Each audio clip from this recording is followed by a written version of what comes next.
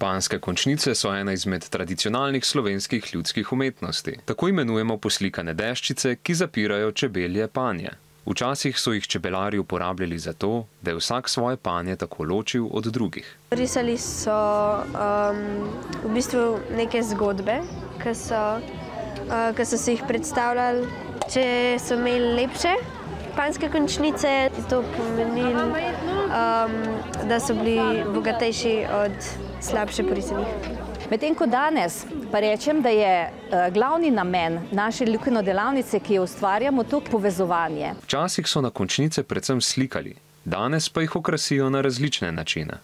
Najprej sem zabila žeblje, potem sem pa žico zavila, potem sem pa zrezala blago.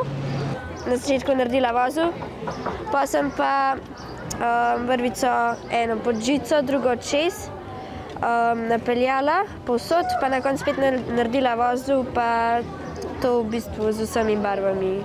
Ja, lahko zateguješ, če ti tako všeč, če ne, pa ni treba.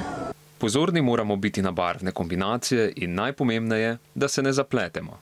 Najbolj previden moraš biti, da prav okoli prideš. Če si na eni strani začel gor, moraš na drugi strani začeti dol. V nekaj urah dela so mladi ustvarili lep nabor barvnih panjskih končnic. Če se vam je delavnica zdela zabavna, nimate izgovora, da je naslednje leto ne bi obiskali.